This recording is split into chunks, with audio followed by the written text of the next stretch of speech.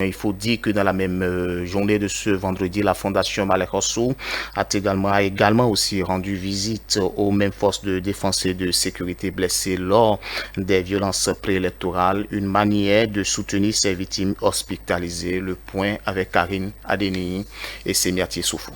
Encore du soutien aux forces de sécurité et de défense ayant subi des préjudices corporels graves lors des violences préélectorales enregistrées dans certaines communes du Bénin en marge au scrutin présidentiel du 11 avril.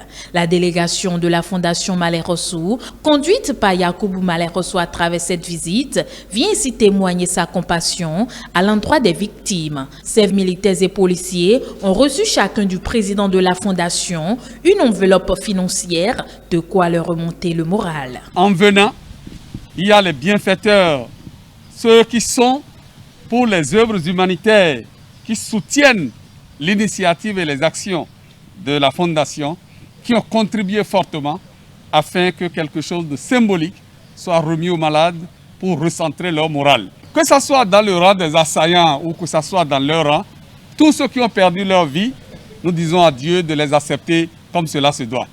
Ceux qui sont restés en vie, que Dieu restaure leur santé parce qu'ils sont allés à la défense de la nation. Et nous pensons que tel que cela est fait, nous ne souhaitons plus jamais une scène de ce genre dans notre pays. Aucune élection ne se fera encore dans ce pays avec des coups de fusil. La Fondation Malek Osso, ce n'est pas que du soutien financier. Les membres ont également invoqué Dieu afin qu'il accorde aux victimes un prompt rétablissement. La Fondation s'est levée pour venir prier à ce que Dieu a sorti des décombres, n'est-ce pas, de ces accidents. Nous demandons à Dieu de guérir nos malades, militaires, civils, dans nos hôpitaux, dans nos maisons, dans les lieux de soins.